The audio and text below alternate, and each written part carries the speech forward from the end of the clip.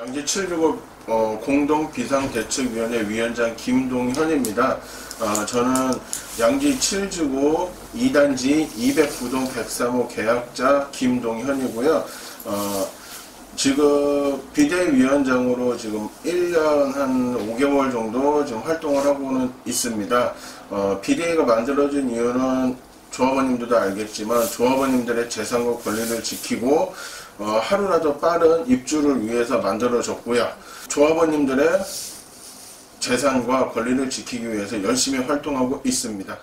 저 외에 또 한 분이 계십니다. 예, 그분 좀 소개 좀 해주시겠습니까? 그분은 지금 현재 우리 양지 7주거 카페직이고요. 그분은 1단지 조합원님이시고 최초로 이제 잘못된 것들을 알리기 시작하신 분이에요. 예, 그러면서 이제 우리가 비대위가 만들어지면서 우선은 그 조합원님도 같이 하게 됐고, 그리고 그분이 만들어 놓은 플랫폼 카페를 이용하기 위해서 이용을 하면서 지금 조합원님들이 지금 모여지고 계시고요. 근데 현재는 지금 건강상 문제로 좀 활동은 많이 못하고 있는 상태입니다. 19년도 11월 23일 날 강북 구민회관에서 조합원님들 약 110명 정도 모인 상태로 그때 출마를 했고요. 예. 근데 역시나 그때도 비대위원장 모집을 한다고 공고를 냈지만 어차피 딱 2명뿐이 안 나왔어요. 저랑 1단지 지금 공동 비대위원장하고. 그래서 그 110분 중에 약 100명 정도의 추대를 받아서 비대위원장으로 선출이 됐습니다.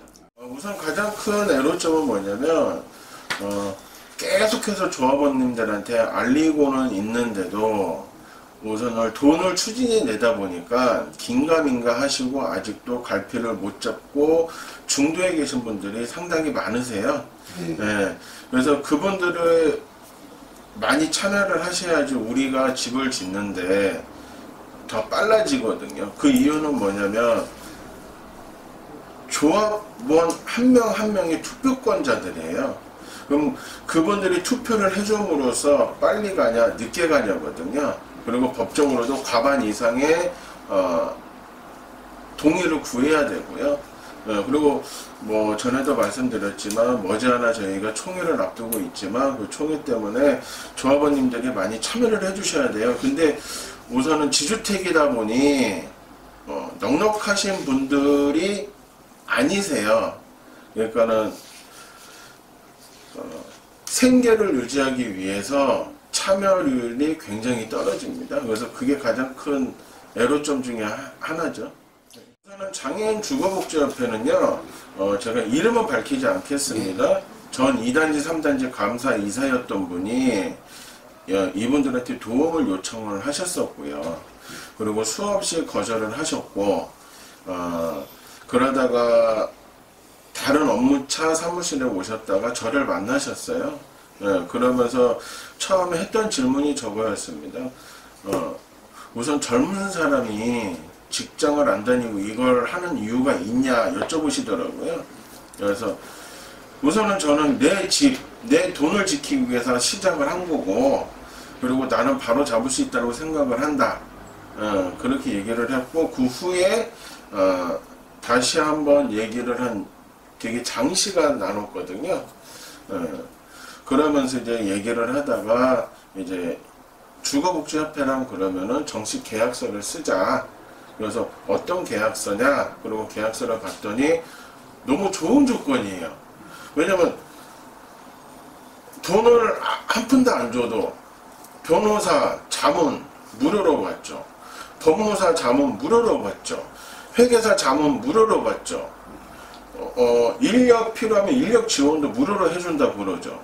그러니까 마다할 필요가 없는 거죠. 저희 입장에서는. 왜냐면 저희는 전문가가 단 한 명도 없으니까요. 그래서 이제 그분들하고 계약을 체결을 했고 주거복지협회의 도움을 받아서 여기까지 오게 됐습니다. 토지 확보 비율 법무사 통해서 확인시켜 달라. 그리고 대주단 어딘지 정확하게 밝혀라. 그리고 거기 확인해서 진짜 토지 살 수 있는 돈이 100% 나오는지 안 나오는지 확인을 해보겠다 해요. 근데 그거를 2월 10일 날 하고서는 저희가 2월 23일인가 그 직무정지 가처분 이의 신청을 해가지고 그때 23일인가가 심리가 있었어요. 그 서류를 법원에 다 제출을 했더라고요. 그래서 우리 이렇게 노력했는데 비대위에서 협조 안 한다. 우선은 계속 대화를 해야 되는 부분이에요. 아까 전에도 말씀드렸지만 이해관계는 항상 상충하게 돼 있거든요. 부딪힌단 말이에요. 그렇다면은 요구를 한다면 그 요구를 들어주고 그 다음에 이쪽에서 요구하는 걸 요청을 하면 또 거기에 들어주겠죠. 자, 아까도 말씀드린 2월 10일에 협의하고 토지 95% 이상 확보됐다라는 거 법무사 통해서 확인하고 대주단 확인시켜주면 2차 협의 때 그럼 우리가 어떤 식으로 도와주면 되냐 그런 협의를 하겠다라는 거였단 말이죠. 근데 가장 중요한 토지에 관해서 지금 토지비가 못 들어가도 거의 2천억 넘게 들어간단 말이에요. 자, 그렇다면 과연 이 돈을 냈을 때 전처럼 그런 사건이 안 터지겠냐? 이거는 그 누구도 장담을 할 수가 없는 거죠. 현금이 왔다 갔다. 예. 그렇다면 가장 중요한 게 법무사하고 은행권에서 모든 게 다 확인이 된다라면 자, 대출 같은 경우는요 신탁사로 돈이 안 들어와요. 바로 토지주한테 돈이 싸진단 말이에요. 그래서 장난을 못 쳐요. 근데 토지담보대출은 추진위에서 주장하는 걸 보니 조합통장으로 돈이 들어온대요. 그렇다면 이건 과연 정확하게 쓰여질지 의심을 안 할 수가 없는 부분이죠.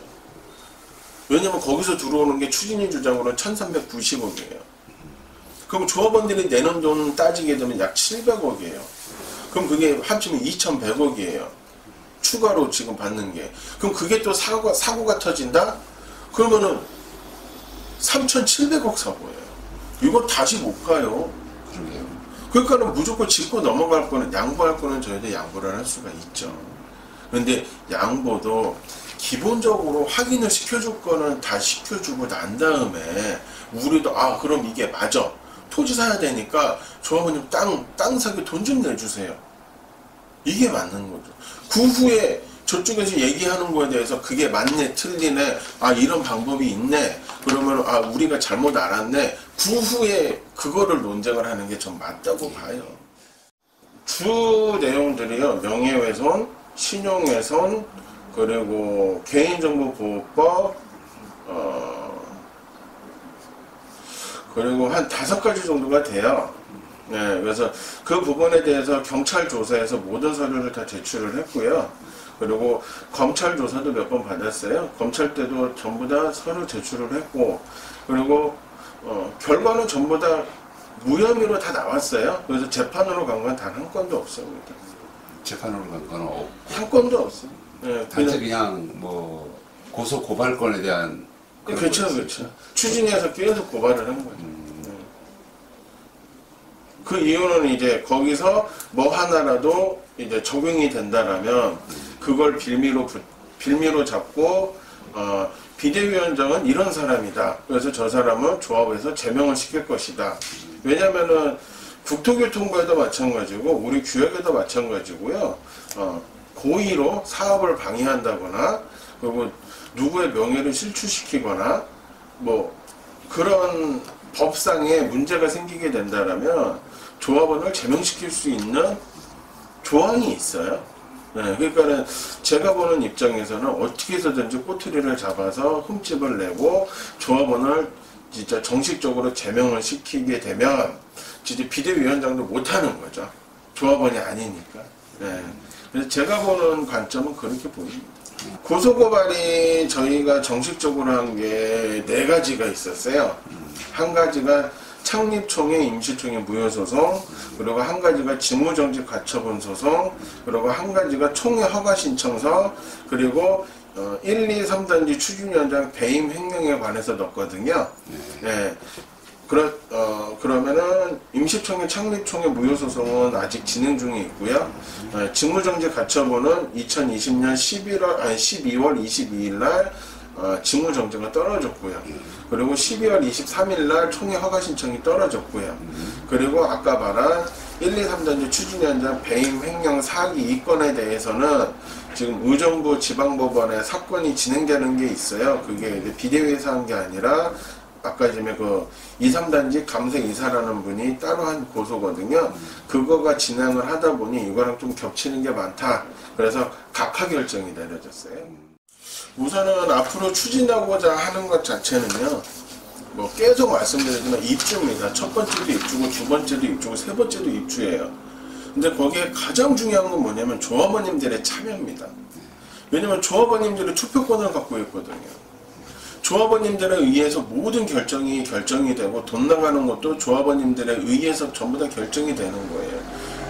지금 현재 전 추진이들이 일을 잘못했고, 그리고 모든 추진위에 있는 임원들이 전 업무대행사와 가족관계였어요.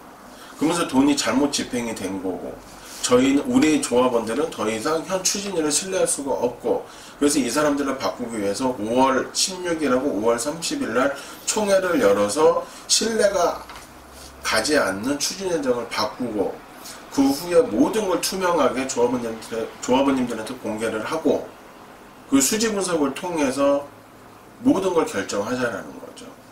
1억짜리인데 추가 분담금이 3억이 나와버린다. 그러면은 입주할 때 4억인데 그러면은 사업을 갈 수가 없는 거죠.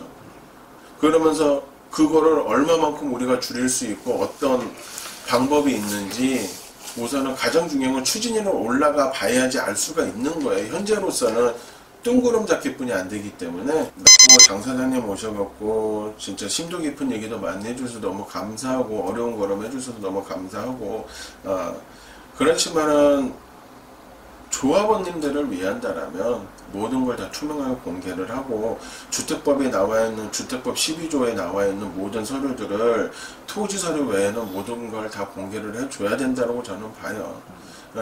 그리고 우선은 잃었던 신뢰를 업무대행사가 바뀌었다고 한들 이렇게 비교하면 좀 모르겠지만 똥 묻은 놈이 다른 똥 묻은 놈을 데리고 온다고 그 사람은 똥은 안 묻어 있을까요? 똑같죠. 그러니까 그렇다면 이 사람이 진짜 깨끗하다라는 거를 조합원님들한테 우선 보여줘야 되는 거고, 그런 다음에 신뢰를 하나하나 쌓아가야지 조합원님들이 믿겠죠. 현재로서 우리 사업장을 성공 발판으로 삼고 쭉 가고 싶다라면 조합원들하고 정확한 소통을 하고, 그리고 비대위 때문에라는 변명보다는 진짜 우리가 어떤 부분 때문에 일이 진행이 안 된다라고 솔직하게 말해주고, 그리고 진짜 협조가 필요하다라면 추진위를 통하든 업무대행사를 통하든 우리는 이런 부분이 도움이 필요합니다. 그렇게 요청을 한다라면 우리도 집을 갖기 위해서 계약한 사람들인데 우리도 수용할 수 있는 거라면 수용을 해서 협의점을 찾아가겠죠. 근데 지금 문제는 뭐냐면 뭐만 안 되면 비대위 때문에, 뭐만 안 되면 비대위 때문에. 지금 도 1월달에 기표 안 하면은 토지값 10배 오른다고 거짓말을 계속하고 지금까지 온 거예요.